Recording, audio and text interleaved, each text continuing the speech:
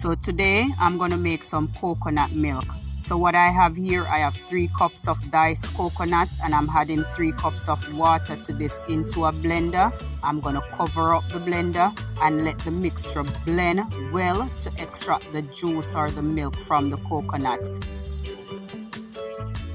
The amount of water that you add, it all depends on how strong you want the coconut milk to be. Yeah, man. Strain the mixture through a strainer to extract the milk or the juice.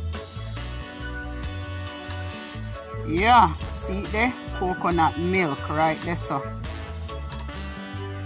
Now if you don't have a blender, you can grate the coconut, add some water to it, mix it up and squeeze out the juice through a strainer. Yeah man, I hit that.